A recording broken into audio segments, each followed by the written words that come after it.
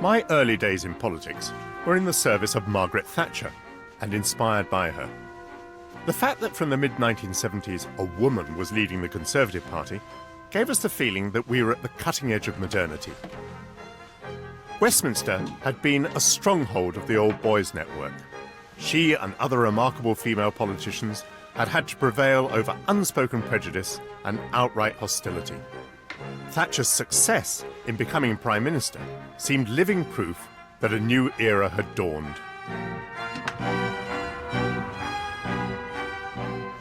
But in more than 3 decades since, no other woman has come close to occupying 10 Downing Street. Did Maggie's ascent to the top help or hinder the women who sought to follow? Why has the left not produced an equivalent? Do Hillary Clinton's experiences in the US suggest that women there are any nearer to occupying the citadel?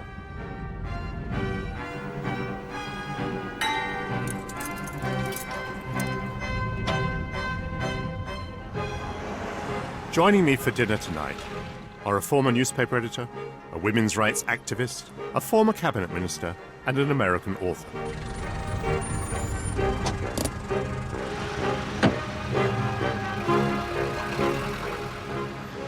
With all the passion that any discussion of Margaret Thatcher arouses, we take up our steel cutlery tonight and ask, why didn't the Iron Lady smash the glass ceiling? When one looks at the My guests are William Rees-Mogg, a former editor of The Times and a friend of Margaret Thatcher since their days at Oxford. Lionel Shriver, Orange Prize-winning American author and commentator who now lives in London. Shirley Williams, once the most senior woman in Jim Callaghan's government and often tipped as a future Prime Minister. John Campbell, author of the 2-volume Margaret Thatcher biography, The Grocer's Daughter and The Iron Lady. Mary Riddell, a columnist and assistant editor at the Daily Telegraph. Iain Dale, an influential political blogger and director of the Conservative History Group. And Claire Fox, the director of the Institute of Ideas and publisher of Living Marxism magazine.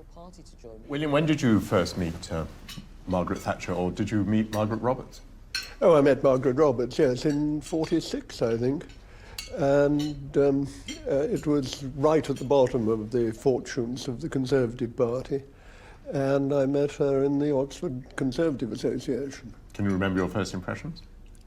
Yes, I thought she was likeable, very competent, that she had a serious, organised view of what she was trying to do, which at that point was to become the chairman of the association. And I liked her.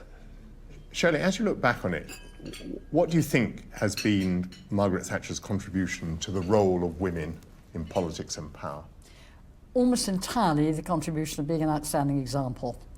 I mean, she broke, by becoming a Prime Minister and a very powerful and influential Prime Minister, I think she went a very long way to break the assumption that a woman could not be the leader of a serious state. And I remember when she first got elected as leader of the party, before she became Prime Minister, people used to talk to me about all kinds of reasons why she couldn't be Prime Minister, and they were mostly related to biology, really. Remarks like, they're inclined to hysteria. They can't keep their cool if there's a real crisis. If they're passing through the change of life, they're going to be incapable of handling anything. There was a great deal of this kind of stuff from Tory MPs that I knew when I was in the House of Commons, which is now completely gone by the board. Nobody talks like that anymore. Don't you think that she had that great asset of being underestimated as a politician? I mean, in recent times, Boris Johnson, everyone underestimated him. He sailed through. When in your early years in the Commons, what did you make of her? Did you see this potential for leadership?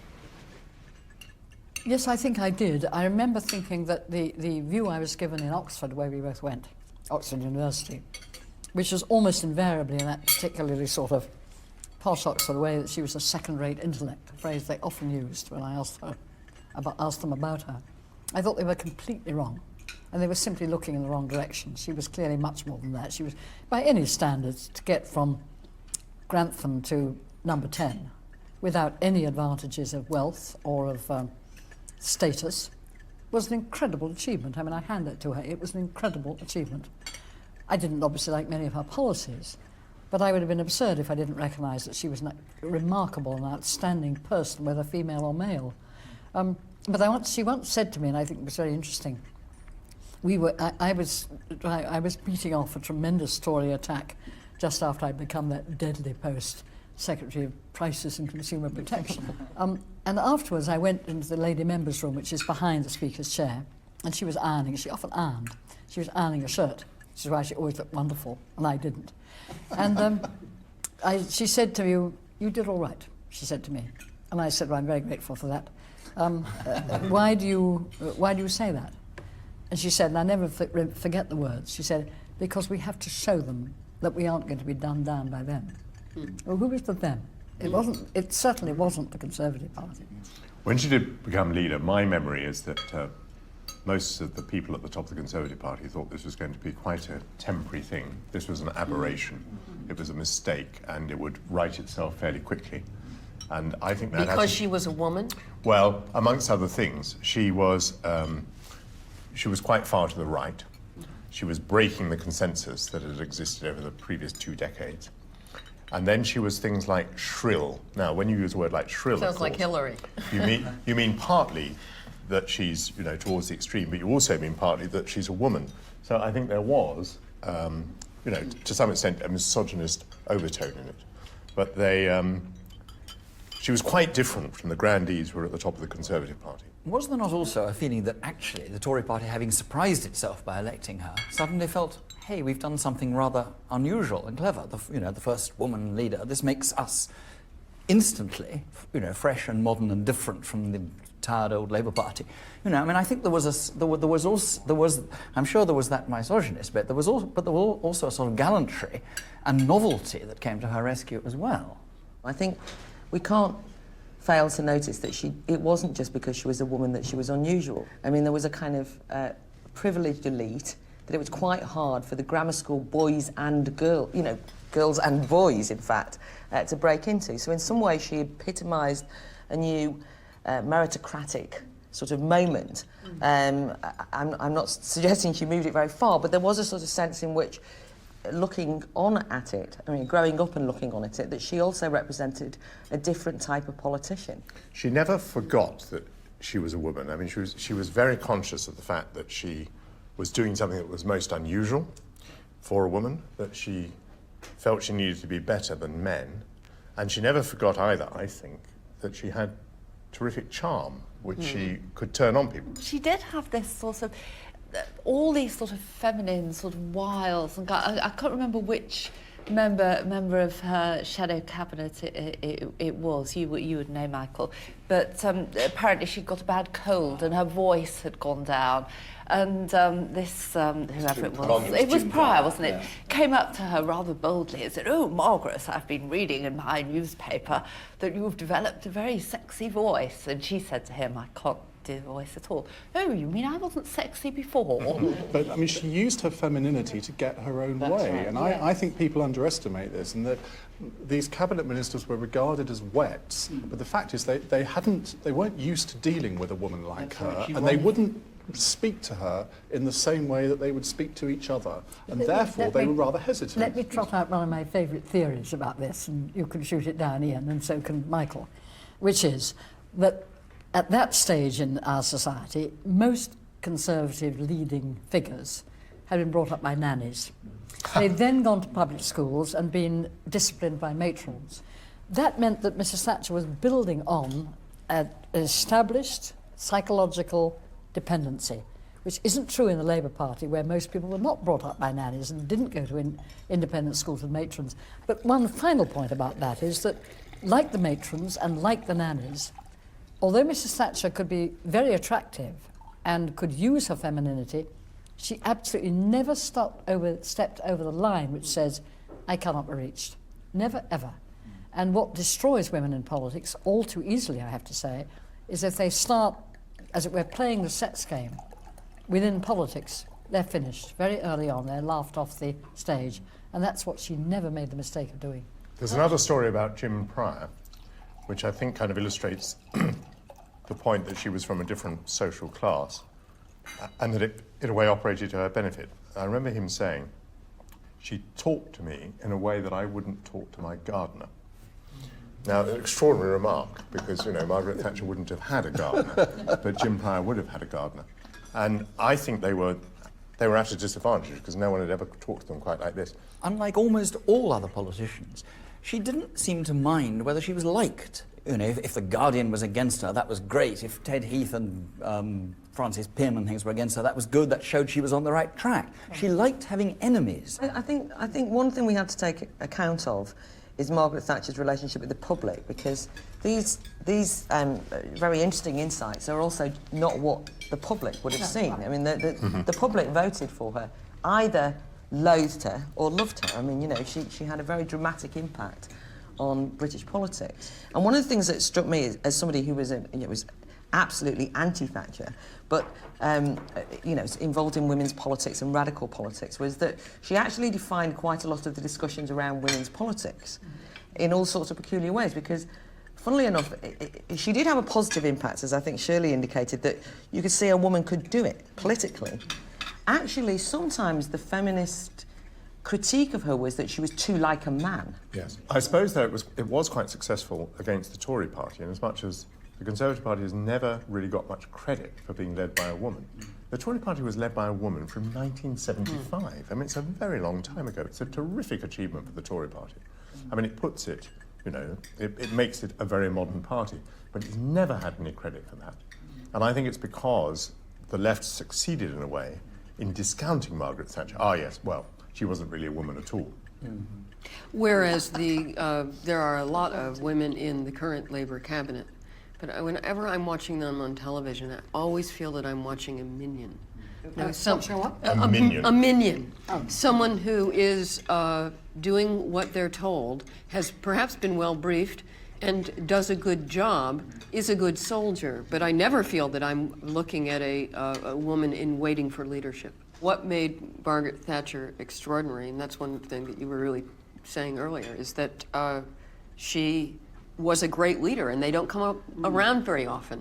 And she happened to have been a woman, but there are not very many prime ministers that come along that have her that much power historically. Margaret Thatcher is second only to Attlee as the Prime Minister who takes big decisions, reverses the whole tendency of British economic policy, deregulates foreign exchange, for instance, which brings the whole of the world into competition in the British market, faces up to trade union militancy, which had destroyed all the governments of the 1970s, Conservative or Labour. And this she is able to carry through mainly because she has a strength of will and an energy behind it. Does anyone think that she was interested in advancing the cause of women in politics, other than by her example? No, not at all. No, except at the very outset, perhaps, when, you know, she did that little long sound bite about should a woman arise who's equal to the task, then she should have... She was thinking of herself. Equal status. She was thinking of herself. And of course, when that woman arose and it happened to be her, she lost all interest there. Okay, so why? Why was she not interested in... Well, she wasn't politically a feminist. She wasn't trying to change the world to make it more appropriate for women to be equal. You could either say bigger fish to fry or just different things to argue. And that's where I think that people make the mistake of trying to concentrate on her in relation to the gender question, because she might have had to overcome gender to get into the role she was in, but she wasn't interested in it politically. But isn't there one way in which she was a feminist, in that she felt a responsibility to her sex, if you like? Because if she had failed as a Tory leader, if she had been deposed after 18 months, there frankly wouldn't have been a woman leader in any political party in this country for another 50 years, I suspect. Well, maybe 10.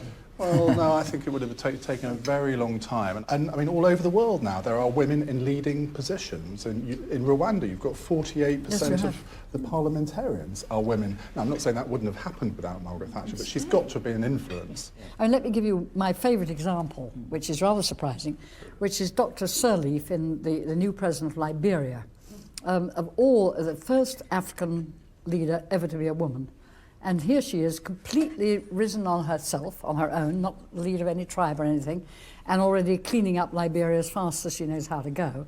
And that's an example of how it's spread, if you like, the Thatcher concept of the own right woman is spreading into the most unlikely continents, and I think that's very good news. It is very interesting, because we've had the example of Liberia, we've had the example of Rwanda. Chile.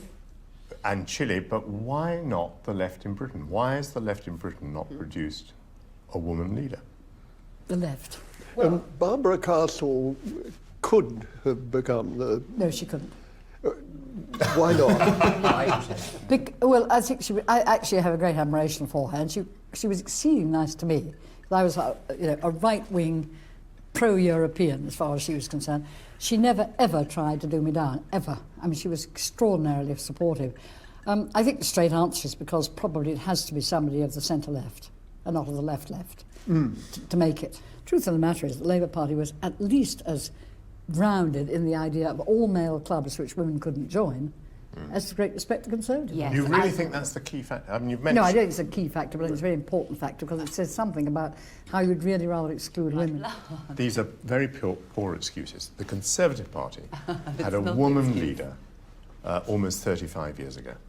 And the left has not produced even someone who looked like getting into that position in those 35 years. Claire, why is that?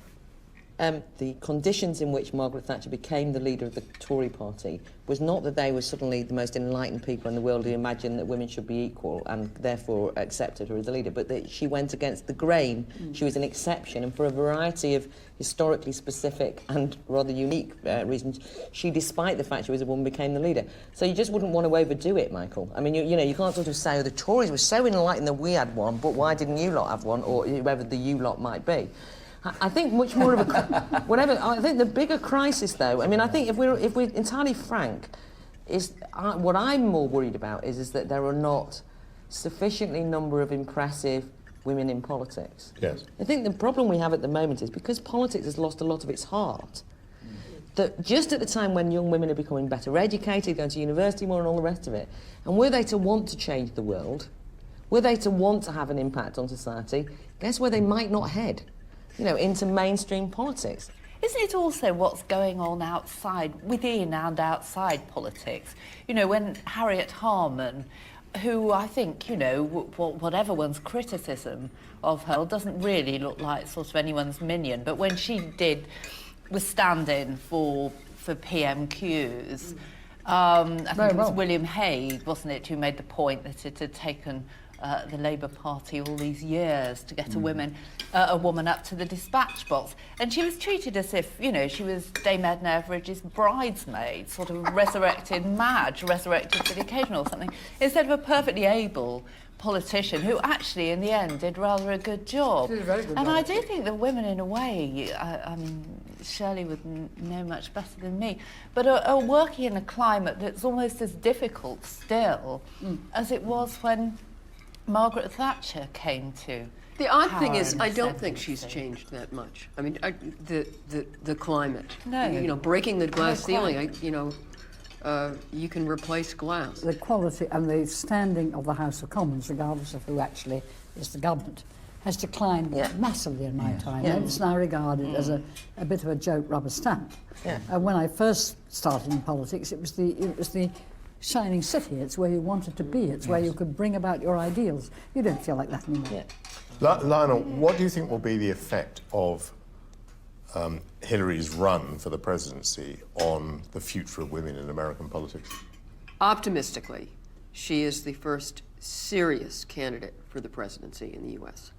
So that's breaking a barrier of a kind, and obviously makes it possible for someone to run again. But in 4 years' time, would there be fewer eyebrows raised if a woman got through to the last 2 or 3 or 4? There would not be a lot of eyebrows raised, but there might be a lot of eyes rolled. That is, oh no, do we have to go through this again? I thought we already fought this battle. That's the negative route, that we've already done that. So come down on one side or the other. Has Hillary Clinton's rather impressive run done women in American politics good, no good, or harm? I'm a little concerned that she has done them some harm. I do too. I agree. Partly because of the kind of candidate she ended up being. I didn't like this waffly business of remaking herself all the time. I've interviewed her for a woman's magazine, and you would think she never did anything but freeze bits of cheese and put uneaten olives back in the jar and, you know, fix scrambled eggs for Chelsea, because that was her role on the day. One of the things that I think distinguishes Thatcher and Hillary Clinton is that Hillary always seems calculated, and it does appear to be a group decision. You know, it's a focus group thing. What are we going to do now? You can see them in the back room.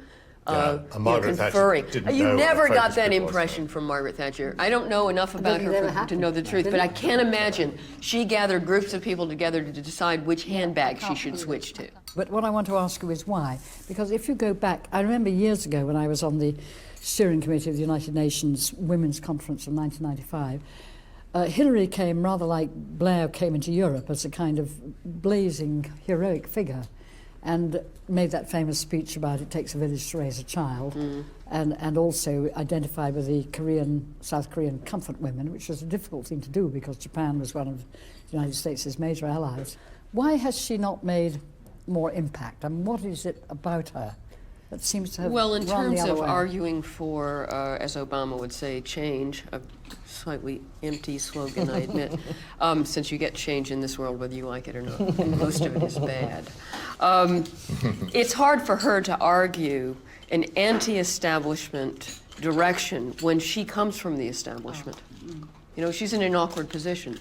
And furthermore, when it comes to the gender issue, I think she's has been throughout uneasy about how she wants to play it or whether she wants to play it. But she has been wonderfully supported by women, that the number of women that even in London I've met who are passionately devoted to the cause of Hillary is very remarkable. Now, it's true that there are other Americans who are passionately devoted to stopping Hillary, and she's a highly divisive figure. But there is no doubt that she's attracted loyalty much more from women than from Yes, men. there's a gender gap in her favour. But she's also attracted a great deal of spite, hasn't she? You know, And a lot of those- she's a bitch, and she's, you know, she's sort of criticised purely on gender grounds. And is America ready for a woman president? Did you notice that during the campaign, things were said about Hillary as a woman that could not possibly have been said about Obama as a black? That the threshold of prejudice is set higher against racial commentary than it is against sexist commentary. Yes, I would concur with that. That racial politics are so touchy in the U.S., and gender politics just, it's never been that frightening to open your mouth and let something out, a toad. I mean, people were talking about stopping the bitch. They could not possibly have said stop the. And nor can you. And nor can I now. Exactly. You know, women will have arrived when we don't have this program topic, because we're not talking about men in politics, and we don't have the Orange Prize. There is some unfortunate cycle going on that we want women in politics. We're trying to promote women in politics, and we over-promote them. That means that we get mediocrities promoted to higher positions than they may deserve. And the general feeling you get off of women in politics lately is these are the dumpy people who couldn't make it on Pop Idol, or, you know, it's a B class of celebrity, and therefore you don't want to be Hazel Blears in the same way that you want to be Britney Spears. It rhymes. I find it very difficult to explain what's happened in the last 20 or 30 years, because there wasn't only Margaret Thatcher, there was you, Shirley, and there was Barbara Castle as well. I mean, three absolutely outstanding women, of whom Margaret Thatcher, I think, thanks to her drive, came through to the top. I think maybe there was a bit of a reaction on the left against women because Margaret Thatcher was the preeminent example. In all sorts of ways, institutionally, it's been made much easier for women in the last 30 years. But the quality of women who come through in politics in the last few decades has been, frankly, very disappointing. And I don't think it's just that, everybody's disappointing, which may still be true. I think that women have been outstandingly disappointing, even if men have been disappointing too. I think there is this huge sort of focus on women, which of course is very sexist, very traditional, very old-fashioned, how they look, what they wear, how their hair's done, and so on. The sort of things that Margaret Thatcher was careful to accommodate, but at the same time, society and the media were far too polite to focus purely on that in the same way they do now. I think women are still judged by a slightly different yardstick to men, and a rather trivial one. I think, Mary, you overdo it. I think women in general in politics have actually never had it so good. They're not there yet, I won't deny that. But I think if you're a woman in politics now, you've got a much better chance of succeeding. And yes, people judge you on appearance, they judge you on what you wear, but they do judge you on what you say and what you think too, just as men are now judged on their appearance as well, far more than they ever used to be. I tend to agree with that last comment. I think that women could get involved in politics much more easily today. The problem that represents is that they're being recruited by political parties because they're women, not because they're interesting. I think the other problem for women getting involved in politics today is that if they want to get involved in politics because they're passionate about a set of ideas, they'll find it very difficult to know which political party to join, because that's not actually what political parties are interested in. I think the opportunities for women have improved and are improving, need to improve still. In the 1955 government, Anthony Eden only had one woman and no woman in the cabinet. The one woman was an undersecretary in health, thought to be a suitable job for women to do. When one looks at the contrast between the 1950s, when Margaret Thatcher's political career started, and the present day, one can see that it's huge and it's wholly favourable. Well, I think that the contributions have been, with the exception of William, exceedingly unfair.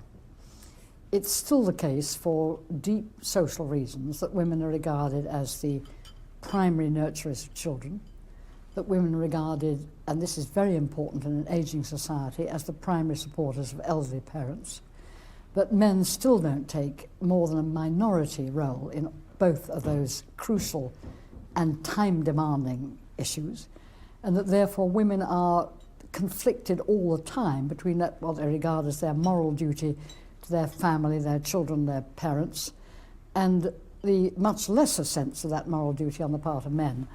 And I think that as long as society doesn't change to saying that the burdens of raising and looking after a family are as much the role of young men as they are of young women, you will never see truly able young women on an equal footing with men. The balance between the two is still clearly 2 to 1 or more, and that's what any decent woman is perpetually conflicted by.